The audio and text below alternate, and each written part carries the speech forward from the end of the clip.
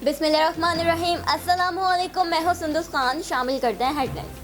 SHO लांडी की मंशियात फरोशों के खिलाफ कार्रवाई। जड़ सप्लायर मुलजिम को गिरफ्तार कर लिया गया। मंशियात बरामद कर ली गई। गिरफ्तार मुलजिम का साथी फरार। मुकदमा दर्ज, तफ्तीश शुरू कर दी गई।